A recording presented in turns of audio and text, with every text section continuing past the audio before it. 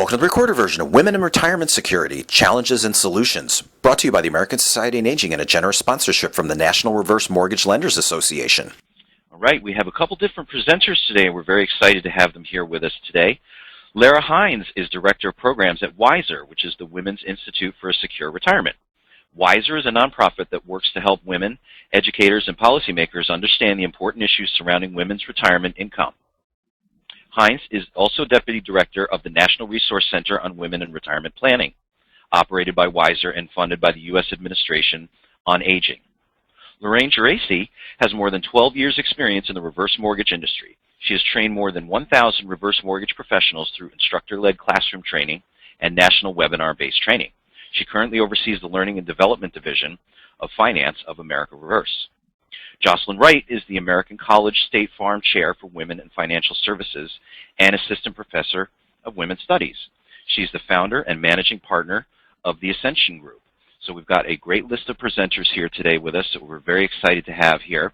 And opening today's presentation with a couple remarks and a few things for you is going to be Jenny Warwa from the National Reverse Mortgage Lending Association. So over to you, Jenny. Thank you very much for being here. Well, thank you so much, and thank you to all of our participants today.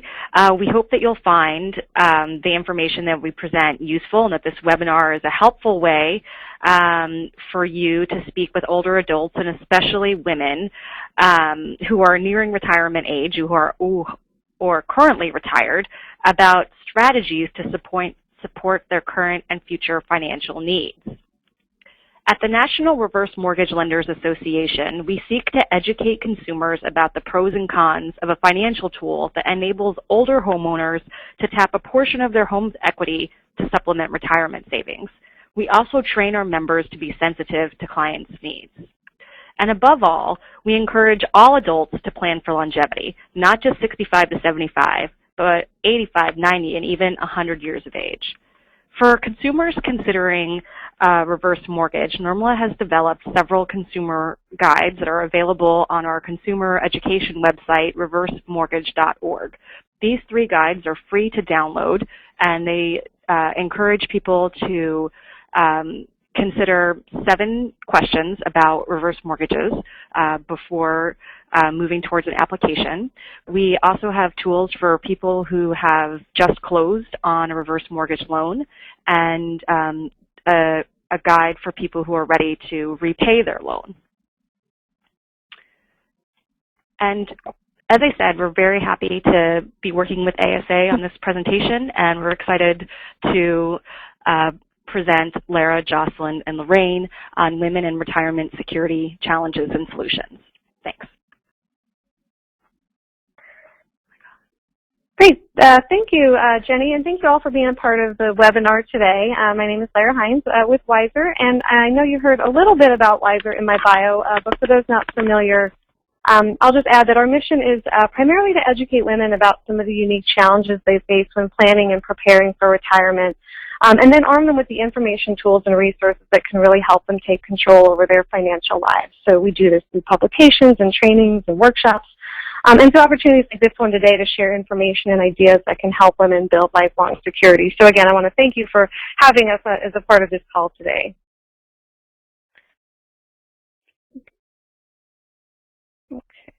There we go. All right, so why do we focus on women? Why are we specifically talking about women today? And there are financial challenges we all face, but the fact is that there are unique issues that women experience throughout their lives that can make financial security and retirement even more challenging. So first, women are more likely to earn less over the course of their lifetime. You can see there that the median incomes for older women and men on the screen, and then of course the pay gap still exists, where women overall continue to earn only about 79 cents on the dollar compared to men. So when you break that down by race, minority women, women of color are earning even less on the dollar. Women are also more likely to take time away from work for caregiving, other family responsibilities. 60% of caregivers in the U.S. today are still women. Women are also twice as likely as men to work part-time, and this means, of course, not only less income, but often less access to other workplace benefits like health and retirement benefits. And then all of which ultimately leads to women having less in savings and pensions. Finally, women also live longer than men on average, which means they also have a greater likelihood of living alone at some point. And in fact, 47% of women over the age of 65 are single, whether that's due to being widowed, divorced, or never having been married, compared to only 18% of men. So living longer can certainly be great for many reasons, but it does come with some risks. So if we look more closely at this longevity risk, basically the longer you live, the more you risk the negative effects of inflation, death of a spouse, increasing health care costs, all of which can ultimately lead to outliving your assets and ending up in poverty in your later years. A statistic that always gets me, too, is that when we look at the population of those who are 85 and older, women make up about 71% of that population, and that's huge. And this is the age group that's most likely to end up running out of money. And I don't mean to get us started with a lot of depressing statistics, but I think the key point and what we really want to drive home today is that in this day and age, we're looking at periods of retirement that now last 20, 25 years or longer. And many women drastically underestimate how long they'll live and how much of a financial risk this poses. So we really need to be thinking beyond just a few years down the road and really think long-term when it comes to our finances. Each of the presenters I know today is going to touch on this in kind of a different way. I'm going to focus on two life events that can dramatically impact a woman's long-term financial security, and those are divorce and widowhood. So first we'll look at widowhood. For most married women, widowhood is going to be an inevitable part of their journey. Women are 4 times more likely than men to outlive their spouses. And even though we often hear the statistic that women live 3 to 5 years longer than men on average, the reality is that periods of widowhood lasting 15 years or more is not uncommon. And I'm sure we can all think of examples in our own lives of women we've known who have well outlived their spouse. And there is a financial impact to this. There's a decline in standard of living, and it's likely more often acute for women following the death of a spouse.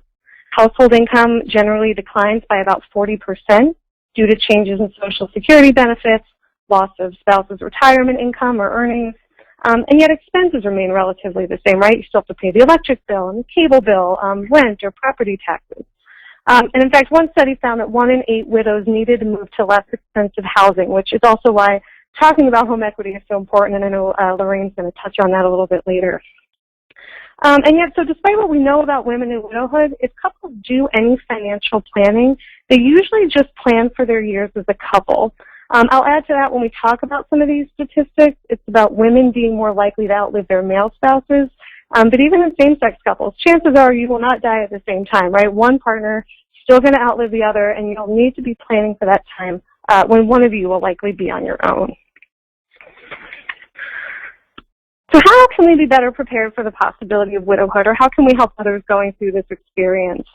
A good first step is for you and your spouse to ask each other, okay, so if I wasn't around, what would you struggle with? And this can be a difficult conversation to have, but it's a really important one. By asking each other this question, you can really start to identify where you might need help or what other information you might need. So, for example, would you struggle with knowing what bills to pay or how to make those payments? Maybe you aren't sure how to access money in your savings accounts, those sorts of things. And then it's also a smart idea for each partner to make an after I'm gone file. You can certainly call it something else if that sounds too morbid. But this would be an electronic or hard copy file that you keep somewhere safe. And it should include important financial documents, things like retirement account statements, banking information, as well as any insurance documents or wills, power of attorney, that sort of thing.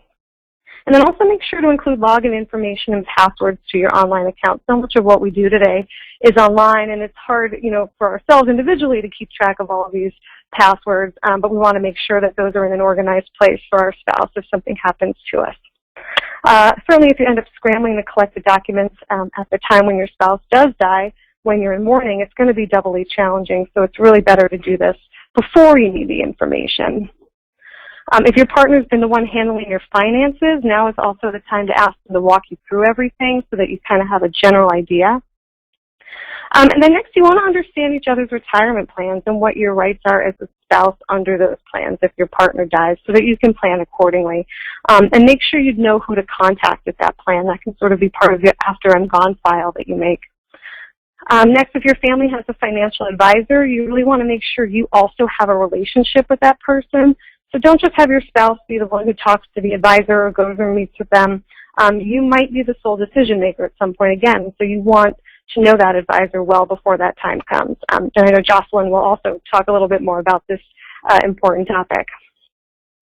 And then finally, as you learn about and go through these steps, talk with your friends or encourage your friends who are going through this to talk about these issues too. I know in WISER's workshops, some of the most productive conversations we have are really when the women in the group kind of open up. They share their own experiences, maybe even their own mistakes that others can learn from, things that have worked for them, and it can really make it feel a little less overwhelming when you know that others are going through the same thing. So I think the more we can be doing to provide opportunities and encourage women to open up and share these experiences, the better we are. So next we're going to look at divorce. I know there was a news article recently that got picked up in a lot of places that actually talked about kind of how divorce is a real threat to retirement security. And it was even more so for women due to many of the challenges that we've already mentioned. And it's a very emotional and vulnerable time, but that makes it all the more important to want to sort of do your due diligence before a divorce is finalized. Or if you know someone who's going through a divorce, make sure they have this information. Any mistakes made during this critical time really can have long-lasting financial consequences. So first, you want to find out what your rights are to your spouse's pensions, and states are going to have some different rules about this. So one resource you can use to get started is something called divorcesource.com. You can just sort of click on states, find out specifically what the rules are in your state for property division, that sort of a thing. And then check if your spouse has more than one pension from their current job or previous jobs. And I will also add, this is why it's a really good thing if you were involved in your family finances previously, because once you're in a divorce negotiation, the spouse may not be as cooperative and forthcoming with this kind of information. So being involved early, that's one more plug for getting involved in your finances. And then also, don't assume that your lawyer is going to have all of the answers or ask all the right questions. You really need to be actively involved in this process. If you have questions, you want to get them answered before your divorce is final, even if you have to be the one to collect some of that information. It can be really frustrating at times, but you need to be persistent. And then this last point is key. You want to strive to retain your pension or your rights to your spouse's pension. Many women will often give up portions of their own retirement funds or their rights to their spouses in order to keep the house, for example. But this can be a really costly mistake. Retirement funds, they can continue to earn interest and provide actual income down the road, but the house is still going to be an expense. It doesn't provide readily available liquid assets. So you really want to consider those retirement plans and pensions some of the most valuable assets in the negotiations. Don't give them up too easily. And then here's a very important fact to know in a divorce. The divorce law in just about every state recognizes retirement benefits as a joint asset if they were earned during the marriage, but they're not automatically split in a divorce. So just like other marital assets, a divorce court judge or an agreement between you and your spouse, that's what actually divides those benefits. So once you agree on how those benefits will be divided, you also need to get a court order called a Qualified Domestic Relations Order, or a QDRO. And this is something a lot of people don't know when they're going through this process. But what this does is it establishes your legal right to receive a portion of your ex's retirement payouts. It's usually written by one of the couple's attorneys, and then it orders the retirement plan to pay you a specified share of the benefits based on your divorce agreement. So again, let me just emphasize, this is a really critical point. You want to have all of the information about your spouse's retirement benefits before the divorce, and you need to include that division of benefits in the divorce documents. It's pretty much nearly impossible to go back to court and ask for a share of those benefits once the divorce has been finalized. And this is something we hear a lot about from women who contact us at WISER. It's maybe been 10, 15 years since they're divorced. Now their ex is retiring, they're wondering if they have rights to that pension he's getting. And unfortunately, we usually have to break the bad news that it's probably too late. So before I wrap up, I just want to quickly make you aware of some of the resources on divorce and widowhood that you can access on WISER's website, which is wiserwomen.org. These are certainly complicated issues. Obviously, we only touched on a few key things today, but more information is available if you need it, or if you want to share these resources with your networks or anyone else you might know, they're certainly there and available to you. And as was mentioned earlier too, WISER also operates the National Resource Center on Women and Retirement Planning.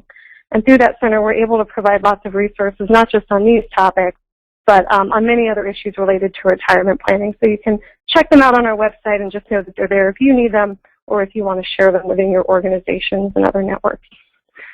So before I turn it over, I'm going to put a polling question up. So Steve, if we can get that up on the screen for everyone. We're talking today about financial and retirement planning. And so I kind of wanted to get everyone on the call thinking about sort of their own current financial situation and what would the next steps be that would be most useful for you right now. And when you look at this list, maybe one or more of them applies, but think about what the top action item would be that would be most helpful for you in your financial planning. So maybe it's learning more about saving and investing or investments that you have, figuring out how much money you'll actually need when you retire, speaking with a financial planner or advisor. For some, maybe it's managing credit and debt, or talking with a spouse or partner about our financial plan. So go ahead and select one of those, and then we'll give it a few seconds before we pull up the poll and see where we're at. Okay, also it looks like we have kind of a tie here between figuring out how much we'll actually need in retirement and talking with my spouse or partner about our financial plan.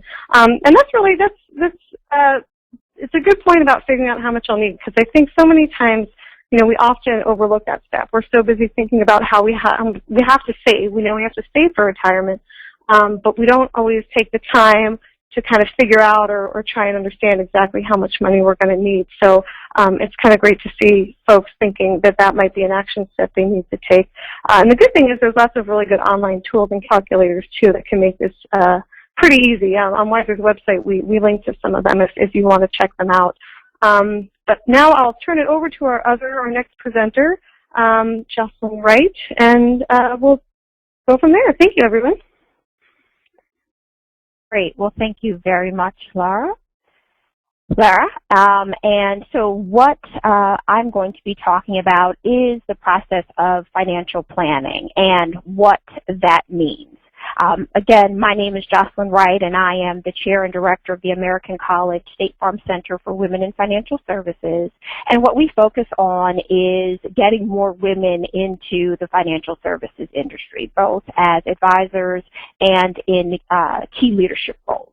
And while we don't have a direct route to the consumer, we do work with financial advisors in making sure that they are meeting the needs of their female clients and making sure that they're financially empowered.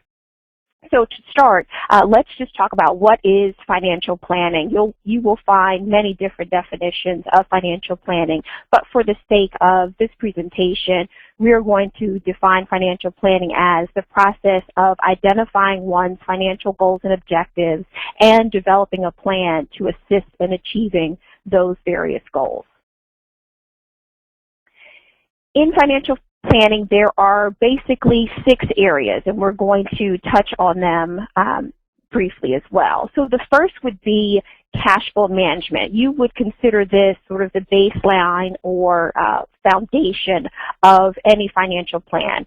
So in this stage, you and your planner are going to look at what your various inflows and outflows are. So this is where you're going to identify your income and expenses, and also this is where the dreaded B word or budget comes into play. So making sure that you have enough income to cover your expenses, and if not, what are certain things that you need to do in order to minimize the gap that exists. Next is going to be risk management. This is where we're also calling this either insurance planning or protection planning. So in this area of financial planning, your planner is going to look at either minimizing risk to you or transferring any risk that you might have from a liability standpoint to a third party or insurance company. So here we're looking at your various insurances, medical, disability, life, long-term care, as well as your homeowners and auto insurance. The third step is investment planning. So this is when we're beginning to have a conversation about wealth accumulation. So what are the proper investment vehicles or strategy that you need to focus your assets on based on whatever your goals and objectives are, as well as the particular level of risk that you're willing to take. The fourth stage is tax planning, and of course, we all know that the only certainties in life are death and taxes, and so no one can avoid it. So in this area, you're working with your planner to find out, you know, and to just make sure you're paying the taxes that you are legally responsible for. So no more, no less. So in this phase, you're looking at making sure you're getting the proper deductions and the exemptions that you're eligible for, and any other tax planning strategies that might be available to you in order to minimize your taxes. The fifth area is retirement planning, and Lara focused on why this is so important a little in her portion of the presentation. But this is when we're looking at when it's time for you to stop working or to cut back on your hours, how much do you need to have saved? So you're really looking at when you're going to retire, how much you'll need, how long you will need it based on estimates of life expectancy, and what are the vehicles that you will need for that. So that might include Social Security, pensions, and even in some cases, you know, looking at the possibility of reverse mortgages. Finally, the sixth step is estate planning or legacy planning. So how do you want to leave things when you're no longer here? Do you want to leave a legacy to loved ones or any sort of charity? You want to have your wills in place, certain documents that would dictate how you want your estate handled. So living will, power of attorney, and those sorts of things. Next, now that we've gone over the various areas of financial planning, what is the process of financial planning? And again, there are about 6 steps that are commonly involved in the financial planning process. The first is establishing the relationship with the planner and identifying your goals. So here the planner will go over the various roles and responsibilities, outline the expectations, how they're compensated, and then this is sort of the courting phase. You will, you know, make sure that there's the fit and chemistry, and then begin to share with your planner what are your goals and objectives, what are you trying to accomplish. In the second stage of the process is what we're calling information gathering. So here your planner is going to tell you, based on your goals, what information you need to provide to them in order to review and analyze your plan. So it might be copies of bank statements, credit card bills, loans, your retirement accounts, any investment accounts, prior tax returns, those sorts of things. Third is analyzing the information. So now that you and your planner have agreed on the relationship, you've provided the information that they need, they will then take that information and begin to comb through it and analyze it in order to make the proper recommendations based on what you've stated that you need, that you want to accomplish. And fourth is developing a plan. So what are the recommendations? And here you want to look at it as if, you know, as a client, remember, you're always in the driver's seat, so you maintain that control. You can look at your planner as the GPS. So just as you put in where you're trying to get to in the GPS, you always have the option to reroute or go a different way. So you're in constant dialogue with your planner. You determine what you're going to implement and not, and your planner will work with you through that. So they're going to use their experience and best understanding of how to get to your goals and how to reach your goals and objectives. Then you'll look at, once you've agreed on the recommendations, now it gets to implementation. So this is where, you know, the work on execution comes into play. Some things may be implemented very quickly, such as paying off a bill, and other things may take longer. Again, the retirement planning process is a stage and certainly take some time. Finally is monitoring the plan. So just like with anything, it's not a set it and forget it. As life changes, you will have to go back and make adjustments. So if you change jobs, if you get married, have a child, have a windfall, you know, all of those things would need to be adjusted. So you always want to make sure that your plan is appropriate for whatever stage you are in life. So at a minimum, you want to review your plan at least once a year with your planner. Next, we talk about what are the benefits of financial planning, and there are a number of benefits. So I'm just going to cover a few in this slide. The first is working with a professional to help you set realistic goals. So you look at your planner as your coach. So if you have a goal, your planner is going to be there to give you that objective advice to make sure that you're on the right track and that you are setting realistic goals. Second is to eliminate the pressure of having to do it yourself. You know, if you have, just an anxiety about dealing with money or working through your finances, your planner will help you do that. And certainly in areas that you may not have a certain level of expertise, your planner is there to assist you. Next is getting your financial house in order. There's a lot to be said about that. And now that we're coming up to the end of the year and going into the new year, we'll have a lot of resolutions, and many of the top resolutions are, in addition to, losing weight or getting in better physical health, is taking a look at your finances. So this gives you great peace of mind knowing that you're on the right track or know what you need to do to get on the right track. Helping to manage life events. So whether it's the birth of a child, a new job, a divorce, or windfall, your planner will help you with that process. And you also look at planning and working with your planner as something that's long-term. So you typically, once you establish the relationship, will work with them throughout your life.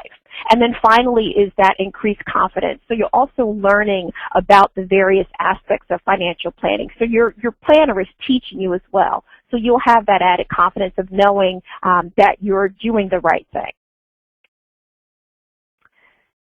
Next, we just look at some questions on what you can ask your financial advisor. And this is important because you are going through the process. This is one of the most important relationships with a professional that you'll have in addition to, say, your doctor. And these are some questions that you can ask. What experience do you have? How long have they been in the business? What are their qualifications? What designations?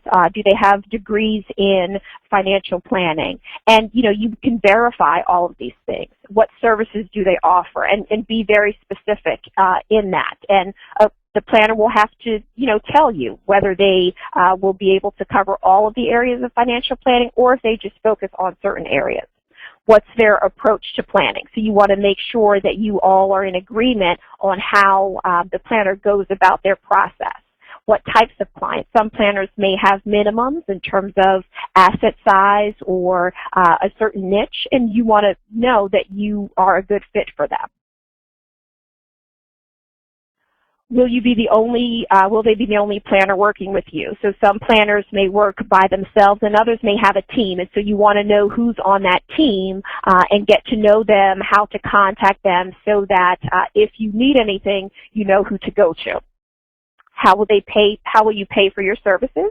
So there are several different ways of doing that, and you want to be clear, and your financial planning agreement would detail all of that. And if anything changes, that would need to be updated and discussed with you beforehand. And how much do they typically charge? So it might be a flat fee, it could be on an hourly basis, or a percentage of the assets that they're managing for you. Again, this is something that should be discussed in that first stage of the planning process. Do others stand to gain from any advice that you give? So are there any conflicts of interest? They should be very clear in laying those out to you and how they will be handled. And if anything comes up, they would need to tell you that in advance. And finally, have they ever been publicly disciplined? And this is where you can check. There's a website for FINRA, the Financial Industry Regulatory Authority, where you can just check to see if the planner that you are looking to work with has had any disciplinary actions. And that's important that you know as well. And as we finish up, these are some things that you can expect from working with a financial advisor. And I'll just, show them all. First is integrity. You want someone who's honest and trustworthy, that they're giving you objective advice and that they have an ethical responsibility to act in your best interest. Competence, so again, that they have the appropriate level of skill in order to be able to give you advice. Fair treatment, so that they are clearly stating the services that they're providing and what the cost is of that service. diligence, that they are doing the work that they need to in order to fully review any recommendations that they're making to you for any products. Professionalism. Again, making sure that they are qualified to offer the services and have any sort of licenses that they need to in order to provide them. And finally, privacy. So there's an expectation of confidentiality for any information that you share with them. Normally, the only reason why they would not keep that information confidential if they were required by the court of law to do so, or in sharing your information with some other advisor in order to get to the recommendation that they need on your behalf. And finally, this is just a document checklist. So as I stated earlier, what are some of the things that you'll need to provide to your planner? These would typically be a list of some of the documents that you would need to provide depending on what your goals are and what your planner is helping you with. And lastly, if we could, Stevie, you could put up the polling question, the second polling question, which is just gauging your need for a financial advisor. And I know many people have a lot of questions. So what do you think? Do you think that a planner would be beneficial to you, working with a planner? And if you could just take a second to answer that, that would be appreciated.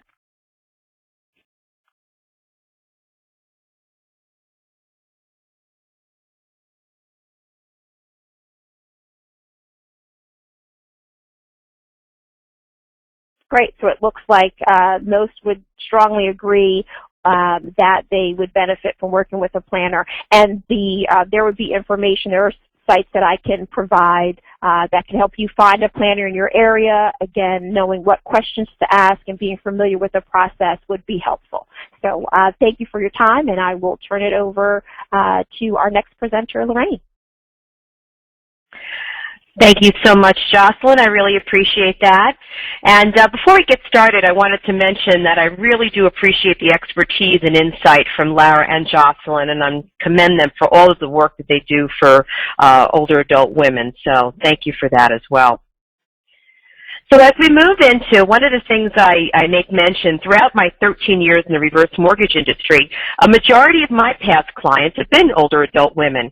I've also presented to many financial professionals and planners about the home equity conversion, and I'm happy that we're focusing on this area of clientele. I really feel it's imperative that we collectively provide choices to assist older adult women by focusing on sustaining financial longevity and establishing peace of mind. All too often, we see that there's a lot of people that really get very stressed, and it affects them in a physical manner when they have financial issues. So having choices is really important. So for my part of this presentation, bringing up the caboose of this is really to provide some equity options for people in their retirement years, talk a little bit to you about the home equity conversion mortgage background and history, some statutes and how the program works, also very important consumer protections that are put into place in this program to protect the clientele, and what some benefits and strategies that older adult homeowners may be able to utilize this program for. So one of the options is we have options for people. There are a variety of options for older adults as they enter into their retirement years, and also to sustain their financial longevity. We're just going to talk quickly about home sharing, home equity loans, or HELOCs as we call them, people that can sell their existing property, and lastly, the home equity conversion mortgage itself. So basically, when we talk about home sharing, we commonly refer to this as the golden girl type scenario, where older adults can choose to partner up and share expenses in certain facilities to make it easier on them in which to do so and move forward. Then there's also the home equity loan. And basically, a home equity loan process is going to require a homeowner to make repayments to the lender on a monthly basis. There's also term limits, and the home equity loan can be canceled or frozen by the lender. As we saw back in 2008 to 2010, this happened very often to many adult homeowners, depending on the options that they had with their lending institution. But that certainly is a way in which people can utilize equity from their property to liquidate and get some financial assets for whatever their needs might be. We also talk about a HECM, and that stands for Home Equity Conversion Mortgage. So a HECM is a mortgage that allows older adults over the age of 62 to access some of the equity in their property or to purchase a new property and get a reverse mortgage at the same time. The home equity conversion mortgage is similar to a home equity loan, but it also differs from other conventional loans, and it does not have to be repaid to the lender until the home is sold or when the homeowner passes and leaves the home to their heirs. At that point in time, the amount of interest that is borrowed on the money accrues on the program and gets paid for by the home down the road.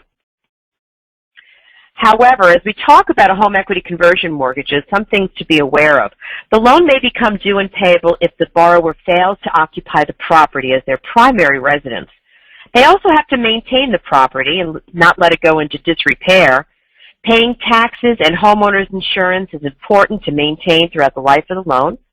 And the amount of money that the borrower is going to receive is based on the age of the youngest borrower in the home, the value of the property itself, as well as the product chosen and any interest rate choices that they have as well. So there's a variety of different options that we have for older adult homeowners when we talk to them about this program and see if it's the right program for them. There is a history behind the reverse mortgage program. The reverse mortgage was actually written for the first time in the United States in 1961, and it was for a widow that resided in the state of Maine. However, at that time, after the loan was satisfied by either the borrower selling the property or the home being passed on to heirs, the remaining amount of equity was shared between the borrower and the lender. That made it a little bit less advantageous for the borrower back then, but throughout the number of years following, many studies were done regarding the use of home equity for older adults. In 1980, a gentleman by the name of Ken Sholin from the Wisconsin Board of Aging approached the government and said, this is going to be a great program if we get your involvement in it, right? So basically the government got involved in the late 80s, and through their insight, the program was made apparent by providing financial safeguards that were put into place. The National Reverse Mortgage Lenders Association was formed, and throughout the following years, the industry underwent a dramatic number of changes in order to adhere to the original intent of the program by Congress. So again, having oversight by the federal government made it a very advantageous program to protect the older adult homeowners throughout the country. There are several agencies and associations that we call watchdogs for the industry. One is the Department of Housing and Urban Development, also known as HUD, and they pretty much, I refer to them when I teach loan officers that they are pretty much mom, right? They administer all the programs dealing with the reverse mortgage and its guidelines. They oversee everything, and they make sure everything's running smoothly.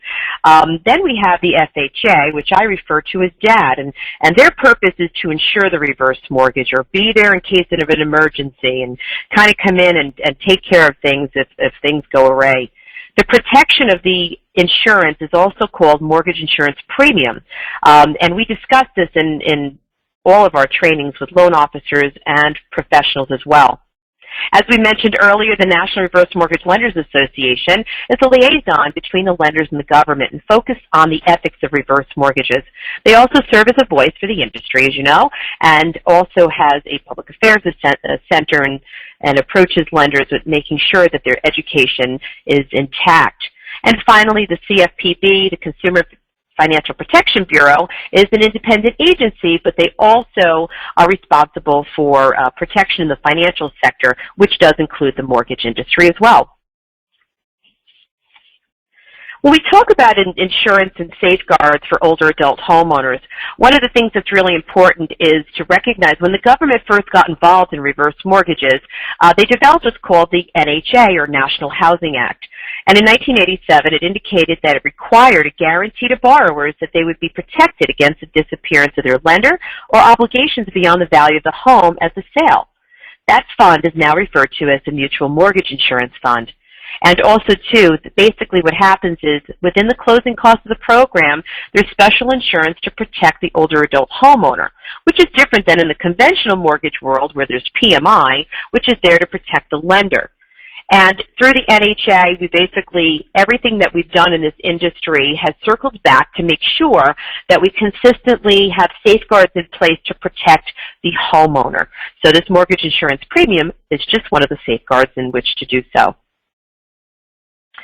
So who's eligible for this program? And in order to be eligible for a home equity conversion mortgage, all of the borrowers on title must be at least 62 years of age or older, have a valid Social Security number. They have to be the primary borrower, which indicates that they have to live in the property at least most of the time, not necessarily 12 consecutive months out of the year, but most of the time, and it's considered that obviously their primary residence. And in addition, they have to maintain their homeowner's insurance and property taxes.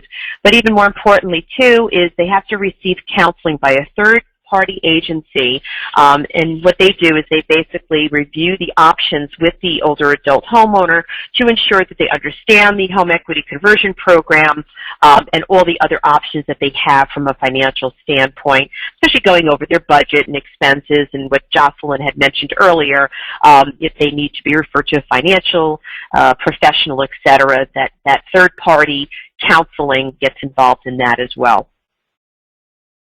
So when we talk about what eligible properties, if somebody was interested in getting a home equity conversion mortgage, we do have them made available for newer existing single-family homes, or if there's a 2 to 4 unit property, as long as the homeowner lives in one of the units there, they can get a reverse on that.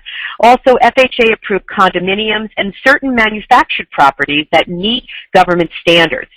There are some properties that are not eligible for reverse mortgages at this point in time, and these are indicated on here. So importantly, we have properties that have more than 49% of commercial use, co-ops, bed and breakfasts, single-wide manufactured homes and things of that nature are not currently eligible for this home equity conversion program. So we have different types of home equity conversion mortgages. One is, and it's actually quite simple as compared to conventional loans when there's so many different products out there, it can be very confusing. In the HECM world, we have a fixed rate HECM, and basically that provides homeowners with a fixed interest rate, and it allows them to take their disbursement only at closing. So whatever amount of money they're eligible to receive through the program would be given to them at closing. They really don't have any other options other than that to take whatever's available. Apparently, on the opposite end of the spectrum is what's an adjustable rate reverse mortgage, and that allows homeowners to take flexibility in the amount of equity that's available to them. They can have either a line of credit, which is similar to a home equity loan line of credit, except that amount of line of credit is accessible to them whenever they want. It also grows while it's in that credit line, becoming more available equity to the borrower as time goes on. We talk a little bit about that later in a strategy. We also have an opportunity for people to get what's called a tenure payment. So they can get a monthly payment to subsidize their income for their lifetime, up to 150 years old actually, and it allows them with a set amount of money as long as they live in their property. There are some homeowners that are looking for a higher amount of monthly income because of taking care of needs, such as home health care and things of that nature. So we can put what's called a term payment together, which allows them a certain amount of money for a set period of time. And once that's done, the loan is still not due and payable by the borrower. However, they won't get any continued payments out of that. And lastly, you can certainly have a combination of all of these types of flexible programs on an adjustable rate HECM. Another product that's available in the marketplace and overseen by the federal government is called HECM for Purchase. And this is where a homeowner can purchase a brand new property or an existing property and get a reverse mortgage at the same time. It allows people to either downsize, right-size, or be in a situation where they're in a 55-plus community or move closer to family members. So basically, our builders and real estate agents are very, very prominent in utilizing this program because it allows their older adult clients to be able to utilize the purchase and thereby get into a new property without incurring a monthly mortgage payment, such as on a conventional loan. And it really creates for some flexibility and increased choices post-retirement instead of making people feel that they have to stay in their current residence if they don't want to and age in place wherever they'd like to go. So that program came about in 2008, and it is also overseen by the government, such as the regular home equity conversion mortgage for refinances. So there's a lot of consumer protections put into place within this program. So as we mentioned before, there's mandatory third-party counseling. The borrower or anyone living in the property needs to visit a counselor or by telephone and have a session, and that counseling certificate is mandatory for us to be able to move forward and provide the program and move forward with the services and appraisals and things of that nature. There's also HUD-approved agencies, and they are required, these counseling agencies have to go through continuing education credits. They have to take an exam before HUD will approve them to provide counseling to older adult homeowners. And as I mentioned before, they have to issue a certificate before anything can be moved forward from the lender or broker standpoint. Also, too, the mortgage insurance premium. And basically that insurance is paid for through the closing costs of the program. It's financed into the loan, and it's also a part of the interest rate, which is a low interest rate, that grows on the money that's been borrowed. That's added to the balance as well for continual protection should the value of the property ever exceed, or the loan balance, ever exceed the property value, or in case of a disappearance of any lender, the homeowner is always protected, as is their equity because of the program. And as I mentioned before, it's similar to PMI for protection on lenders.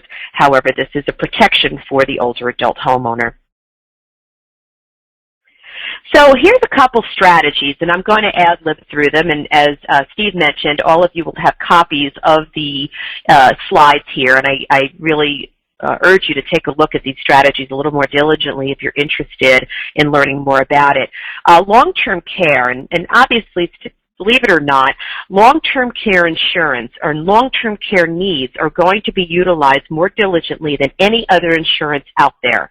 And yet, it's the least that is used by homeowners, okay? Because this could be expensive. The older you are, the more expensive it gets. But long-term care means a variety of different things. And as you know, as Jocelyn and Lara alluded to earlier, the need to plan ahead is really important. And because of that, you know, sometimes home equity conversion mortgages allow homeowners to utilize some of their equity to prepare for long-term care, whatever that might mean to them in the long run, or for their loved ones, you know, that they want to keep their home, their loved ones in their home being taken care of as opposed to going to a facility and so on. Another strategy also, too, that is used on the home equity conversion mortgages really references, as I mentioned before, purchasing a new property, right? So there's a lot of folks, especially in our boomer generation, that indicate that they would like to move to a different location. And the HECM purchase program enables borrowers to do that. Again, it's used the same way as a traditional reverse mortgage with the same types of interest rates and programs as well. However, through a little bit of a contribution towards the purchase of the property on behalf of the homeowner, the remaining balance can be financed into a home equity conversion mortgage, so the borrower does not have to make a monthly payment as long, again, as they live in that new property that they've moved into.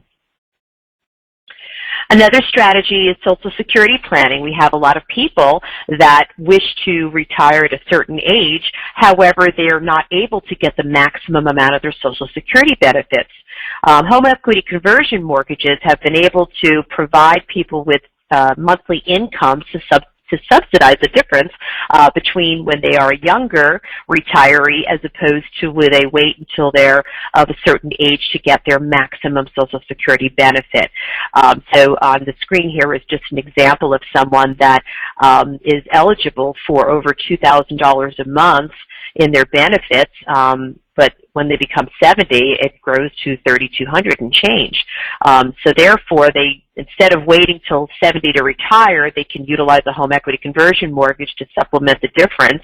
And then when they become of age, they'll get that increased amount of Social Security. So that's another strategy when it comes to estate planning for older adult homeowners.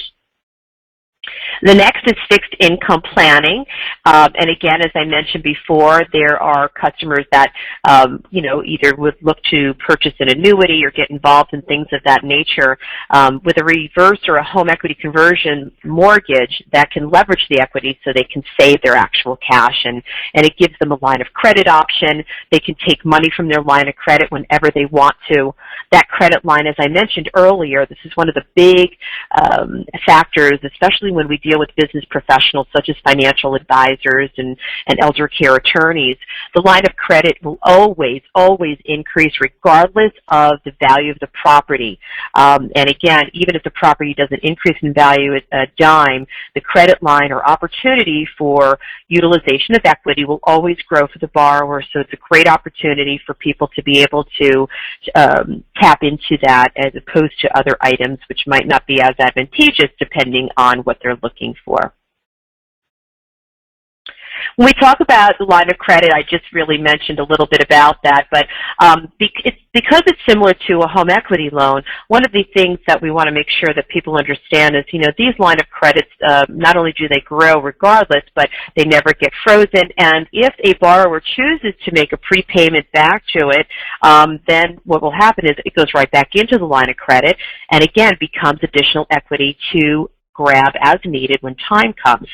So the line of credit option is very, very prominent in the financial world, and a lot of our older adult homeowners that have enough equity to have a credit line have really used this option, and I'm a big proponent of that as well. I teach it quite often as probably being one of the greatest advantages of a home equity conversion mortgage that's out there. Another option is we call it diversify real estate holdings, and in this example, which you can read at your leisure, it provides an opportunity for an older adult homeowner who is looking to purchase another property. And by doing a home equity conversion mortgage on her current property, she's able to withdraw a certain amount of equity out of her home and be able to utilize that to purchase another property and free and clear cash and not have a mortgage payment on either home. So again, there's a lot of different ways that people can use the home equity conversion mortgage to be able to enhance and manage their wealth and sustain financial longevity.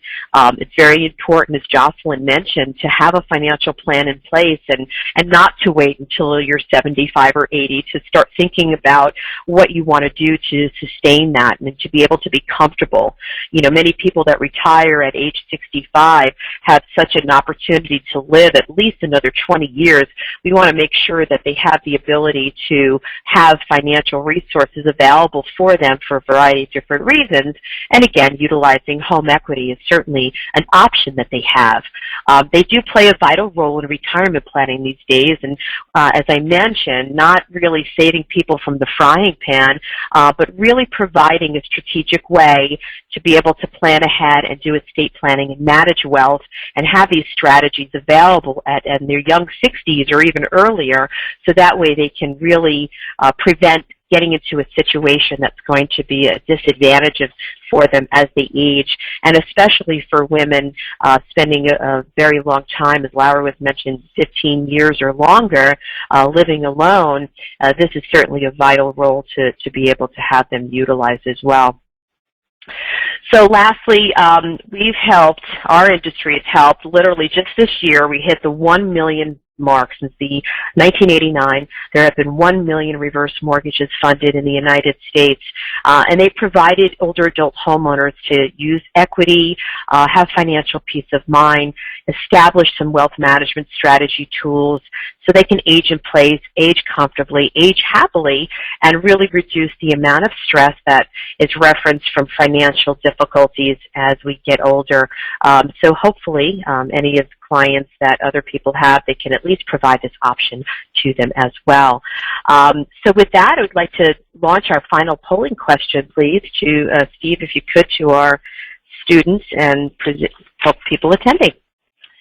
All right, so all of the following are consumer protections associated with the home equity conversion mortgage, except which one? I'll give you about 10 to 15 seconds to fill that out. Thank you, guys.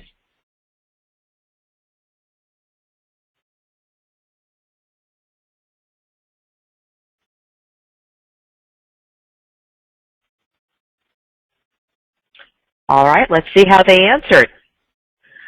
Okay, all right. Well, those of you that indicated reduced interest on HECM products, you were correct, so 39% of you got it right.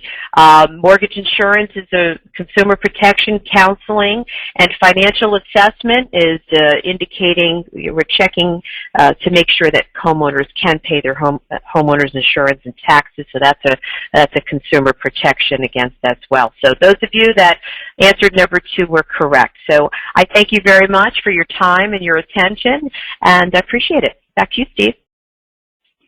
Right. Thanks very much, everyone. Great presentation, presenters. Thank you so much. It is time for the Q&A portion, everyone. So if you want to send in your questions for what we've been talking about here, please feel free to do so at this time, and we will pose those questions to our presenters here. The first one here, presenters, can Jocelyn please explain the difference between an investment broker and a financial advisor? Some brokers portray themselves as offering broader planning services than they are actually qualified to provide. Sure, good question. So an investment broker or stockbroker is really just going to manage your investments, and that's their lane, so to speak, whereas the financial planner is going to be able to touch on the different areas that I talked about in the presentation. So they would have some familiarity with each of those stages, and they may specialize in one area, but that's really the difference. An investment broker is just going to handle your investments, and that's the lane that they should represent themselves as being having a specialty in. Okay, perfect. Well, we've been talking a lot about planning here, so the next question involves that. It's kind of the standard default for people to put some things like this off. We know it is important to plan for the future, but it always seems like we'll take care of it tomorrow, next week, and then before we know it, it is next week, and we're kind of in a hole. So when you're working with your clients, how do you express to them and kind of get over that initial resistance of planning for the future and communicate to them that it is a really important thing that they have to think about, and talk about a little bit how you overcome that sort of natural built-in resistance that people have to thinking and planning about things like this, especially when it involves death, of your own death, the death of a spouse, things like that. Well, this is Lara. Go ahead, Lara. No, go ahead. All right, I'll get us started, and then you can jump in. Yeah, I would just say that when we're working in our workshops with women, it's overwhelming, and I think it's overwhelming for all of us. I don't think anybody, even professionals in this area, really love to just sit down and hammer through their retirement planning. And so I think one of the things that we really try and emphasize is just sort of taking those small steps. So when you walk away from this webinar, or if you sit down and you're like, oh my gosh, I don't know where to begin, come up with sort of those, like, well, what are the 3 next action steps I can take? What are 3 things I can set as goals to do and to get done?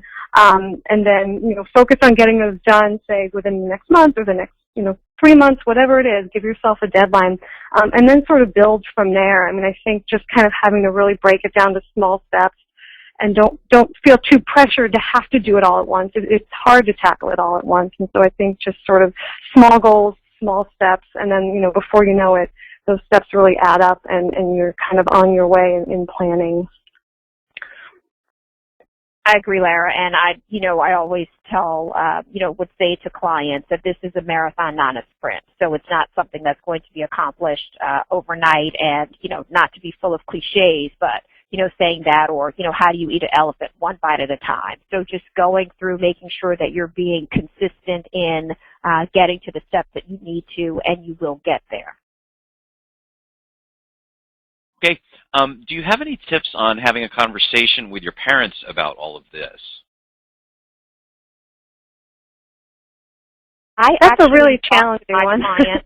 I talk to my clients because for many of my clients, they may be that go-to child who is sort of the family ATM. So if there were a situation with their parent, they would likely be the ones to step in and take care of them.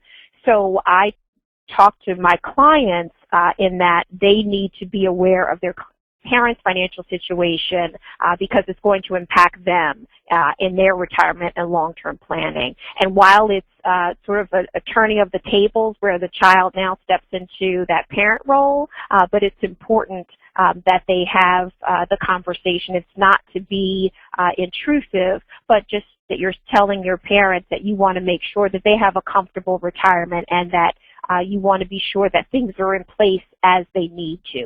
So if you approach it that way and not to be judgmental, because some parents may be resistant if they know that they haven't done the proper planning that they need to. So, they might be reluctant to share that. But even if it's having, another planner or a third party come in to get that dialogue, it's helpful because you do need to have those conversations because you don't want to be caught off guard if an illness happens or, long-term care or when they do pass away. So it's in their best interest that they would have those conversations. Right. Well, we have just about reached the end of our hour here, and before we wrap it up, I just wanted to check with our presenters here, see if you had any closing remarks or anything you want to say before we wrap up today. Well, this is Lara. I just, again, want to thank everyone for joining us today, and I guess I would just sort of echo some of what I was saying before, is that, hopefully everyone can kind of walk away and be thinking about, one or two things that they can do to sort of help improve wherever they are in their financial journey, but then also sharing this information with other people. Like I said, the more we can be talking about this together, I think the better we'll all be. Okay.